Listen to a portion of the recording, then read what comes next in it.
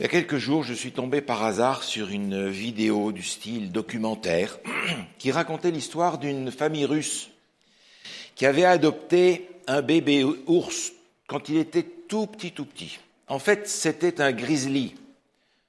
Aujourd'hui, évidemment, leur petit ours, il a bien mangé, il a bien grandi, c'est une grosse bête de 500 kilos. Et ils l'ont gardé à la maison comme un animal de compagnie. Alors ce documentaire montrait l'ours très gentil qui venait s'asseoir avec eux pour prendre le déjeuner.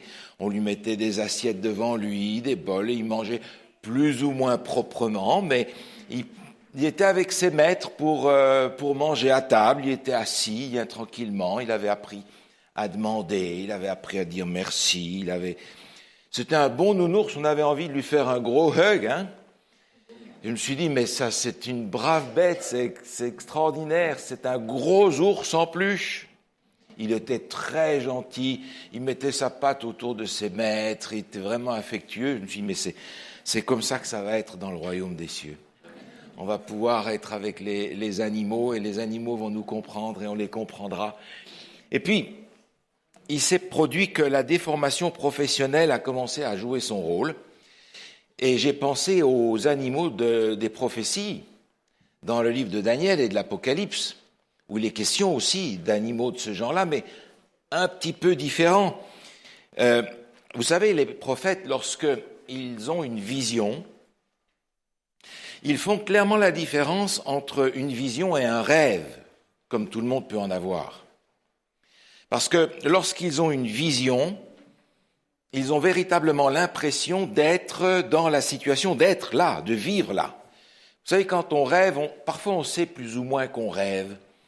Ça n'a ni queue ni tête, ça ressemble à rien. Les gens se transforment, ils deviennent autre chose.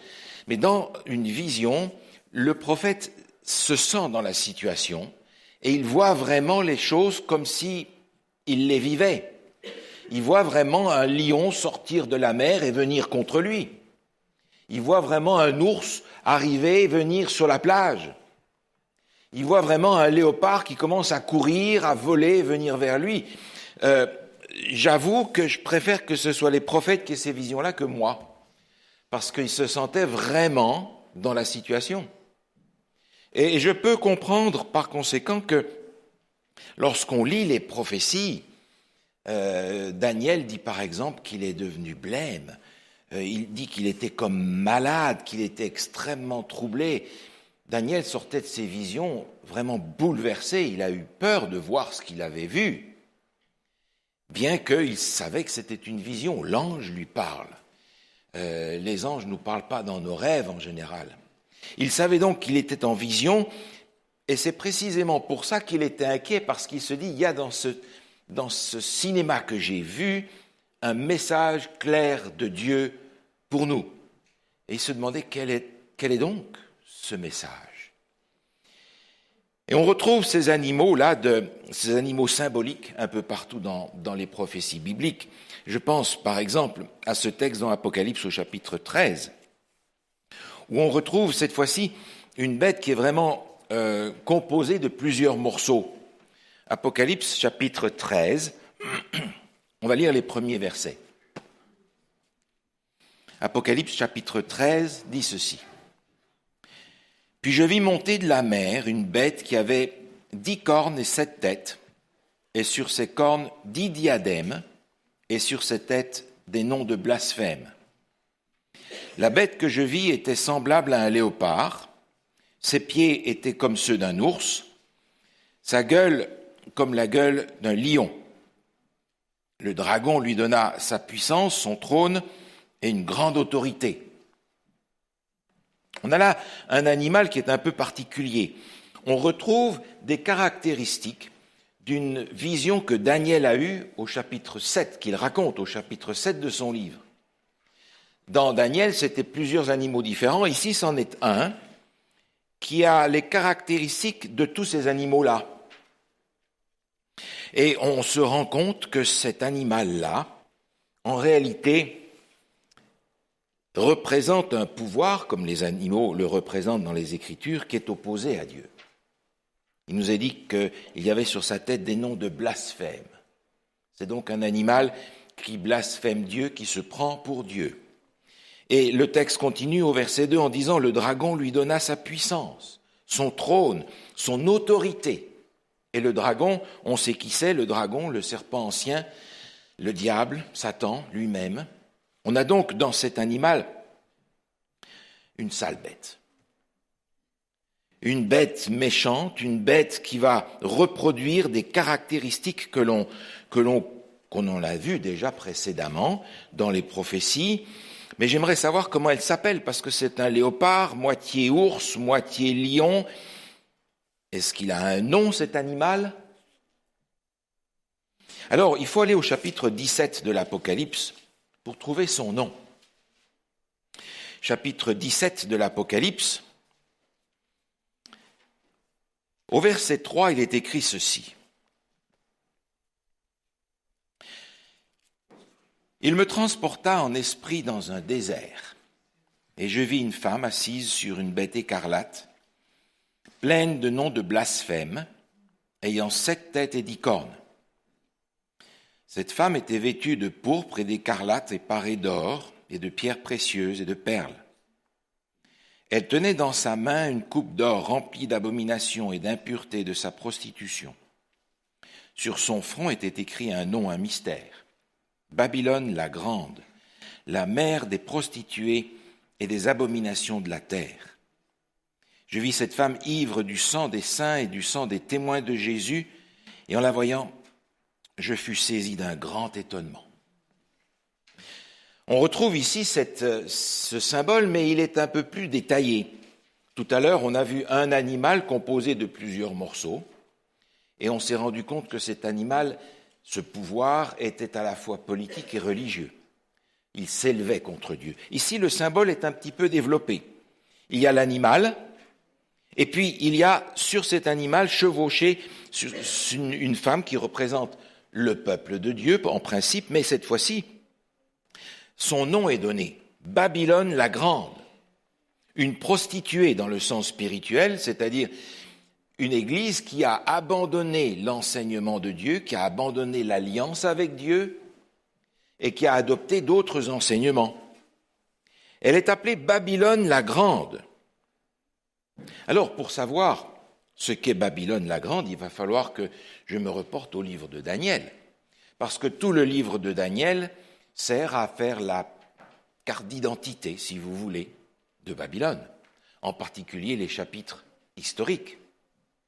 Et sans reprendre le livre de Daniel que vous connaissez par cœur, on va juste faire allusion au chapitre 3 et au chapitre 4.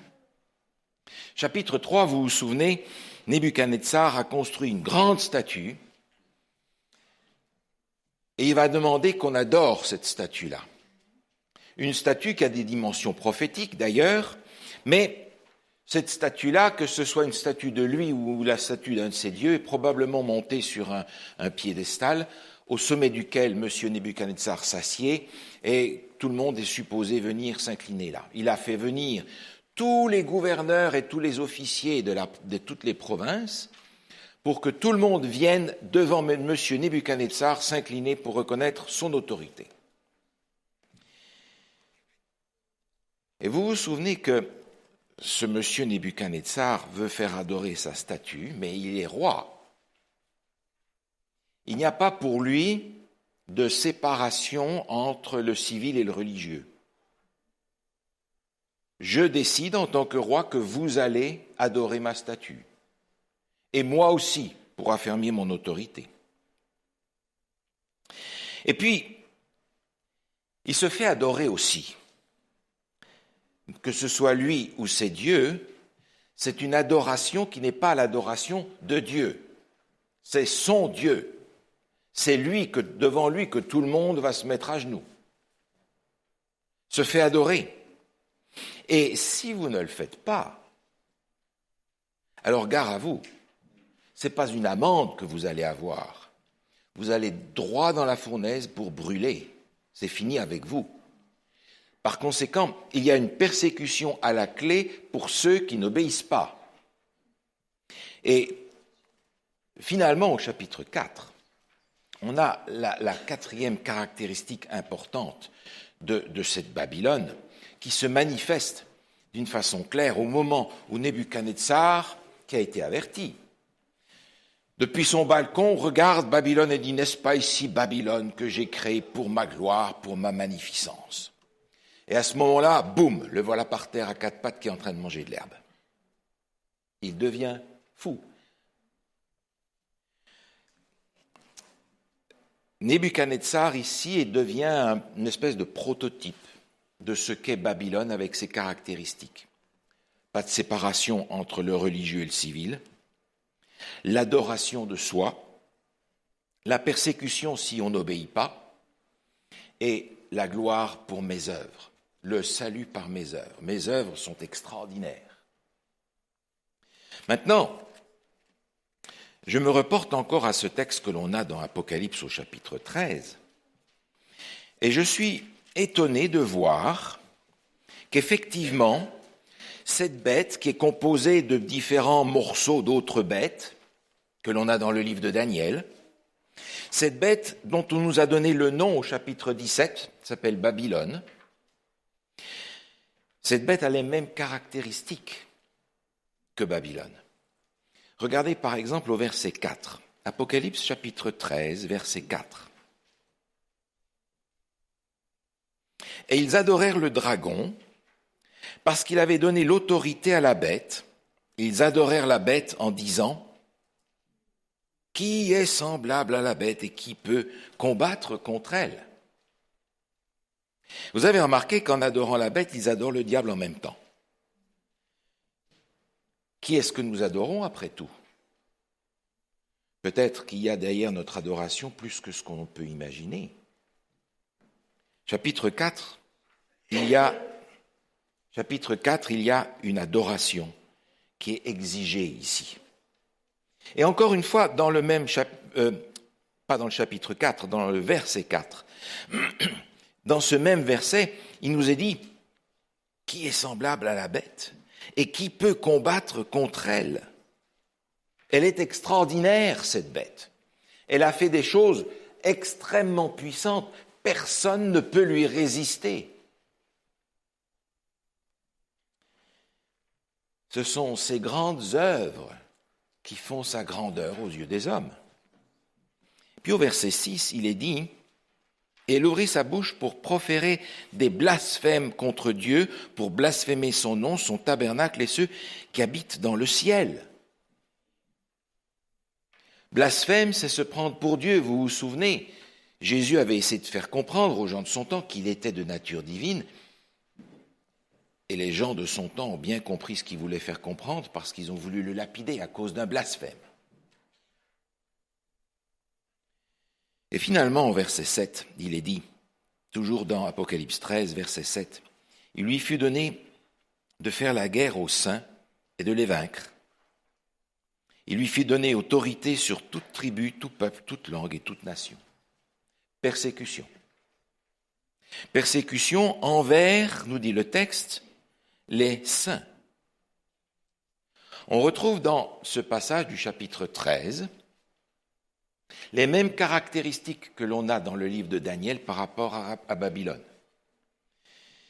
Des caractéristiques qui toutes s'élèvent contre Dieu. Mais il y a dans ce texte une chose qui me surprend énormément et qui se trouve au verset 3. Il est dit, Apocalypse chapitre 13, verset 3, « Je vis l'une de ses têtes comme blessée à mort, mais sa blessure mortelle fut guérie. Remplie d'admiration, la terre entière suivait la bête. » Regardez un peu plus loin au verset 8. « Et tous les habitants de la terre l'adoreront, ceux dont le nom n'a pas été écrit dans le livre de vie de l'agneau, qui a été immolé dès la fondation du monde. » Tous les habitants de la terre l'adorent. Et cette bête produit une admiration générale dans le monde. Remplie d'admiration, la terre entière suivit la bête. Par conséquent, C'est pas une bête terriblement épouvantable. C'est pas une sale bête. C'est pas une bête qui fait peur. C'est pas une bête terrifiante. C'est pas une bête dégoûtante. C'est pas une bête effroyable. C'est pas une bête méchante. Tout le monde est en admiration devant cette bête. Tout le monde. Le monde entier admire ce qu'elle est, ce qu'elle a fait et sa puissance. Par conséquent, ce n'est pas une sale bête, c'est une brave bête, puisque tout le monde est prêt à suivre son exemple. C'est une brave bête que tout le monde admire, que tout le monde veut prendre en exemple, que tout le monde veut suivre, au point de vouloir même l'adorer, tellement cette bête est admirable. C'est une bête qui est séduisante. Jésus en parlait aussi dans l'évangile de Matthieu au chapitre 24, dans ce chapitre où Jésus présente les signes de la fin des temps. Et il explique ce qui va se passer à la fin des temps. C'est dans le livre de l'évangile selon Matthieu, au chapitre 24, au verset 23, il est écrit ceci. Et si ces jours n'étaient abrégés, personne ne serait sauvé. Mais à cause des élus, ces jours seront abrégés. Si quelqu'un vous dit alors le Christ est ici ou il est là, ne le croyez pas, car il s'élèvera de faux Christ, de faux prophètes. Ils feront de grands prodiges, des miracles au point de séduire, s'il était possible, même les élus. Autrement dit, les élus sont quand même en danger à ce moment-là. Parce que la séduction est extraordinairement forte. C'est une puissance admirable.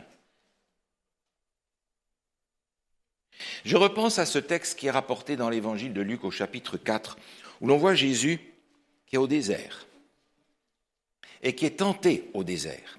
Il a jeûné pendant 40 jours. Et le texte nous dit qu'il eut faim. Je ne le blâme pas. Et là, un ange arrive. Apparemment, un ange du ciel, un ange de lumière arrive et lui propose de rompre son jeûne. Lui propose de déjeûner.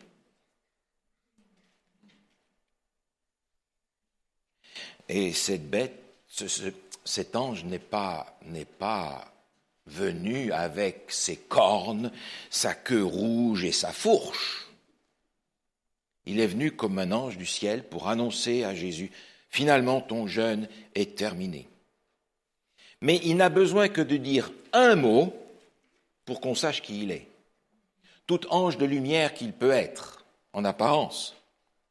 Son premier mot, c'est sa signature. Si tu es le Fils de Dieu. Alors dites-moi, venant du trône de Dieu, y a-t-il un ange qui va venir se présenter devant Jésus, le Christ, le Maître de l'univers, le Créateur, et lui dire « Si par hasard tu es le Fils de Dieu, lequel va faire ça ?» Aucun. Celui qui est le seul capable de mettre en doute qui est Jésus, c'est l'ennemi, c'est l'autre.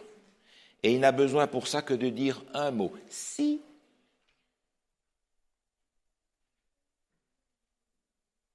En fait, le diable ne lui propose rien de mal. Il lui propose de manger après 40 jours de jeûne. Il n'y a rien de mal à ça. Le problème, c'est qu'il lui propose quelque chose de bien, mais de la mauvaise manière et pour la mauvaise raison. De la mauvaise manière et pour la mauvaise raison. Et j'ai l'impression qu'avec le temps, le diable a véritablement affiné ses méthodes. Lorsque nous pensons à la fin des temps, nous sommes inévitablement reportés à ces périodes de persécution qu'on avait au Moyen-Âge, où les gens étaient suspendus, où les gens étaient écartelés, on attachait un cheval aux quatre membres et on tirait, on les mettait sur la roue pour les fouetter, où on les coupait en morceaux, etc. On a gardé cette image moyenâgeuse de la persécution. Mais vous savez, le diable est plus âgé que nous. Et depuis 6000 ans, il a quand même trouvé le moyen d'avoir des méthodes un petit peu plus efficaces. C'est vrai qu'il ne s'est pas privé, dans le passé et encore parfois à l'heure actuelle, d'utiliser la persécution. Mais il s'est quand même rendu compte que le sang des chrétiens devenait une semence de chrétiens. Donc il a changé de méthode. Au lieu de prendre l'épée, il a déroulé le tapis rouge. Et le tapis rouge semble avoir plus d'effet en sa faveur que l'épée bien souvent. Dans notre esprit, nous avons l'impression qu'on est plus capable de résister à une persécution physique qu'à une persécution spirituelle ou psychologique. Et alors le diable, changeant de méthode, ne va pas tellement nous pousser à faire le mal. Parce que quand on nous pousse à faire le mal, on résiste. Le diable va plutôt nous pousser à faire le bien, mais de la mauvaise manière et pour les mauvaises raisons. Et ça suffit pour s'appeler le péché. Faire le bien de la mauvaise manière et pour la mauvaise raison. D'ailleurs, l'agenda est très louable. Parce que faire le bien, mais de la mauvaise manière et pour la mauvaise raison, c'est le système babylonien, après tout. Et aujourd'hui, qui peut être contre l'idée de travailler pour résoudre le problème du réchauffement de la planète et de travailler sur la préservation de son environnement? Faire un pacte en rapport avec l'éducation des enfants et des jeunes, parce que les parents ne font plus l'éducation des enfants, donc il va falloir qu'on le fasse nous-mêmes. Et vous savez, il y a un proverbe qui dit « il faut un village pour éduquer un enfant ». Très bien. Eh bien, nous allons être ce village, puisque les parents ne le font pas. Et puis ensuite, nous allons travailler ensemble. Ensemble, on a toutes sortes de chansons là-dessus. Ensemble, ensemble, ensemble. On est tous ensemble. L'unité, c'est quand même une bonne chose. D'autant plus que cette unité va permettre de travailler dans le monde entier. Pas simplement dans un petit coin, parce que le problème aujourd'hui est mondial. Donc il faut un remède mondial à tout ça. C'est un agenda extrêmement louable. C'est en réalité l'agenda que Rome a établi pour la convocation qu'elle a adressée à tous les chefs d'État du monde pour se réunir à Rome le 14 mai 2020. C'est demain, ça. Rome a convoqué tous les chefs d'État, tous les grands responsables du monde à venir résoudre ces problèmes-là à Rome le 14 mai prochain. Dans un agenda extraordinairement louable. Mais de la mauvaise manière et pour les mauvaises raisons. Autrement dit, à la méthode babylonienne. D'ailleurs, le christianisme réformé a des valeurs très semblables. Le christianisme réformé, que l'on appelle la droite religieuse, conservatrice aujourd'hui, défend des valeurs qui sont de vraies valeurs. La famille. Défendre les valeurs de la famille. Défendre les valeurs bibliques morales. Parce qu'il y a des dérapages dans tous les sens. Et il faut que l'État s'implique dans l'application de ces valeurs parce que les familles ne le font plus. Donc il faut que l'État s'implique dans l'établissement et la garantie de ces valeurs. Et il faut aussi apprendre à obéir aux principes religieux traditionnels, le dimanche et les autres, Ce sont des choses qu'il faut apporter de manière à ce qu'on puisse reconstituer, en particulier en Amérique du Nord, un pays, un État religieux, c'est-à-dire un État où la séparation entre le civil et le religieux n'existe plus. Ce sont des valeurs intéressantes. Et ce ne sont pas simplement des valeurs théoriques, parce que le président actuel des États-Unis a nommé Jerry Falwell Jr. à la Maison-Blanche pour diriger une task force qui est destinée à étudier une réforme de l'éducation.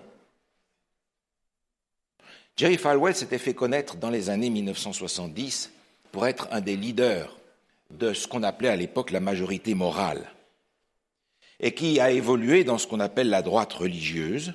Mais voilà que son fils, qui porte le même nom que lui, est amené à la Maison-Blanche pour étudier comment on va faire des réformes dans l'éducation de la jeunesse, parce qu'il est évident que la jeunesse est dévoyée et qu'elle ne suit pas les lignes que nous devons enseigner. Au niveau de l'État, Jerry Falwell va s'occuper de ça. Ce n'est donc pas un agenda sur le papier, c'est quelque chose qui est mis en action. Et ce n'est pas simplement un agenda très louable de la part de Rome, ce n'est pas simplement un agenda très louable de la part de la droite religieuse, c'est aussi un agenda que l'on retrouve d'une certaine manière dans les milieux scientifiques non croyants. La nanotechnologie, qui permet aujourd'hui de travailler dans les structures et de transformer ce qui se passe dans l'espace entre deux atomes. C'est petit, ça, mais ça voit grand. Google, qui est un merveilleux moteur de recherche, est le premier à s'impliquer dans ce genre de travail en utilisant les plus grands scientifiques et ingénieurs d'aujourd'hui pour travailler sur le développement d'une intelligence artificielle. Et cette intelligence artificielle est destinée à être implantée dans l'être humain pour décupler ses capacités.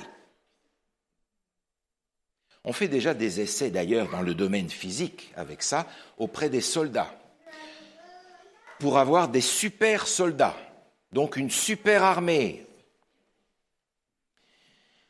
Et Google, qui investit des milliards dans ces entreprises, cherche à développer des techniques qui vont permettre de déceler les maladies avant qu'elles se produisent et d'avoir les pièces de rechange pour guérir les maladies.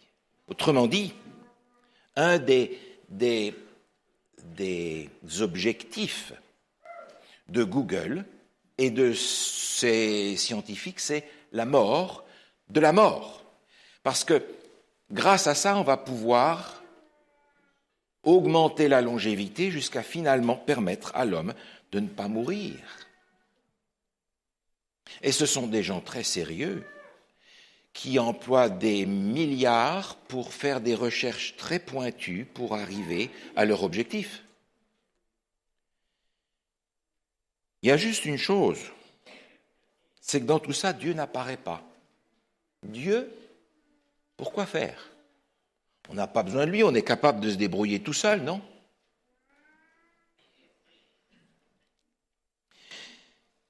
La séduction n'est donc pas aujourd'hui tellement de nous pousser à faire le mal, mais c'est plutôt de nous pousser à faire le bien de la mauvaise manière et pour les mauvaises raisons. Autrement dit, la séduction est extrêmement babylonienne dans sa nature et dans ses procédés d'action d'ailleurs. On n'est pas tenté de faire le mal. Vous avez l'impression d'être tenté, vous, de faire le bien ?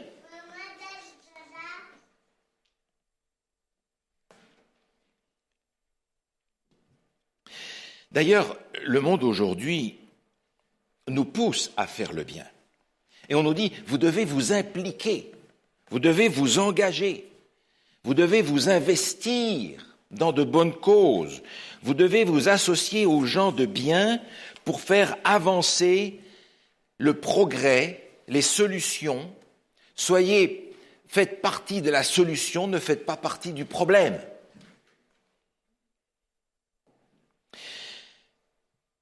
Mais un de ces jours, on va s'approcher de nous et on va nous dire, vous êtes chrétiens. Alors pourquoi est-ce que vous ne voulez pas lutter contre l'immoralité? Pourquoi est-ce que vous ne voulez pas lutter contre la pauvreté? Pourquoi est-ce que vous ne voulez pas lutter avec nous contre les inégalités? Pourquoi est-ce que vous ne voulez pas lutter avec nous pour le droit des femmes? Pourquoi est-ce que vous ne voulez pas avec nous lutter contre la non-croyance? Pourquoi est-ce que vous ne voulez pas non plus lutter contre les maladies, contre les épidémies et à utiliser les moyens que la science nous donne pour résoudre ces problèmes-là? Pourquoi est-ce que vous ne voulez pas utiliser ça? Et pourquoi surtout est-ce que vous ne voulez pas être avec nous pour travailler dans le domaine de l'environnement? Pourquoi est-ce que vous ne voulez pas être avec nous pour promouvoir l'éducation religieuse d'un monde qui croit de moins en moins? Et pourquoi est-ce que vous ne voulez pas non plus vous unir à nous pour que les chrétiens soient tous ensemble? Vous voulez de la division? C'est ça que vous voulez? Autrement dit, si vous n'êtes pas avec nous, vous êtes contre nous. Autrement dit, vous, chrétiens, vous êtes contre toutes ces choses-là? Si tu es le Fils de Dieu, si tu es chrétien, engage-toi pour toutes ces bonnes causes, avec les gens qui y sont engagés aussi. La tentation dans les temps de la fin, les grandes séductions, dépasse les images d'Épinal que nous avons gardées à notre esprit par rapport à la manière dont le diable nous tente à la fin des temps. Et je crains, en pensant à moi, en pensant à nous, que nous ne sommes pas nécessairement prêts à ce genre de tentation-là. Permettez que je vous lise un ou deux paragraphes dans le livre Maranatha, à la page 64. L'ennemi se prépare pour sa dernière campagne contre l'Église. Il s'est si bien caché que beaucoup ont peine à croire même qu'il existe et sont encore moins convaincus de sa grande puissance et de la subtilité de ses actions. Et nous sommes probablement de ceux-là aussi. Un peu plus loin dans le même livre, à la page 209, je lis ceci. Ne vous laissez pas tromper. Des scènes merveilleuses vont bientôt se produire avec lesquelles Satan est directement impliqué. Il rendra les gens malades, puis retirera soudainement sa puissance satanique. On les considérera alors comme guéris. Ces apparentes guérisons seront un véritable test pour les adventistes du 7e jour. Beaucoup de ceux qui ont reçu une grande lumière ne marcheront pas dans la lumière parce qu'ils ne sont pas devenus un avec Christ. Je reçois cela comme un avertissement parce que je dois admettre que nous autres chrétiens avons une certaine dose de naïveté dans le monde où nous sommes. Une certaine dose de naïveté qui nous empêche peut-être de discerner comment l'ennemi se cache derrière le bien qu'il pousse le monde à faire autour de nous. Dans la lettre que Jésus envoie à la dernière église, à l'église de Laodicée, dans l'Apocalypse, Jésus propose à cette dernière église d'aller chercher chez lui plusieurs choses. Et l'une en particulier attire mon attention, c'est le collier pour oindre les yeux, afin que tu vois. Cette église de Laodicée dit, mais moi, écoutez, je connais toutes les prophéties, je connais l'enseignement biblique, je n'ai besoin de rien, tout va bien. Et Dieu lui dit, tu as besoin des choses essentielles. Non seulement un vêtement blanc, non seulement l'or, le caractère raffiné, mais un collier pour que tu vois. parce que tu es aveugle. Tu ne te rends pas compte de ce qui se passe dans le monde où tu es, parce que tu t'assieds confiante sur ta connaissance. Mais comme le texte nous disait, nous ne sommes pas nécessairement un avec Christ parce que nous savons. Et le fait de savoir ne nous épargnera pas les tentations et les échecs. C'est d'être un avec Christ qui nous permettra d'être épargnés. Dans la deuxième épître aux Thessaloniciens, au chapitre 2, je vous propose d'ouvrir vos Bibles dans ce texte, 2 Thessaloniciens, chapitre 2, à partir du verset 9. L'apparition de cet impie se fera par la puissance de Satan, avec toutes sortes de miracles, de signes, de prodiges mensongers, et avec toutes les séductions de l'iniquité pour ceux qui périssent, parce qu'ils n'ont pas reçu l'amour de la vérité pour être sauvés. Aussi, Dieu leur envoie une puissance d'égarement pour qu'ils croient au mensonge, afin que tous ceux qui n'ont pas cru à la vérité, mais qui ont pris plaisir à l'injustice, soient condamnés. L'amour de la vérité. Le collier pour voir et pour comprendre quand le diable nous invite à faire le bien. Quand le diable nous invite à faire le bien, il nous invite à faire le mal.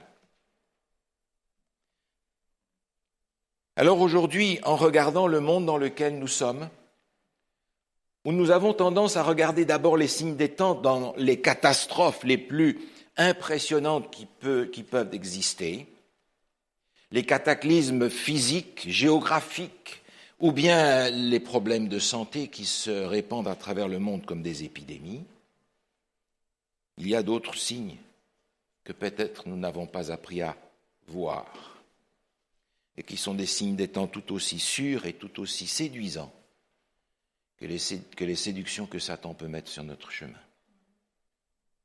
Seigneur, donne-moi ce collier, afin que je voie et que je sois prêt pour ton retour. Amen. On se lève pour chanter le cantique 291. Amen.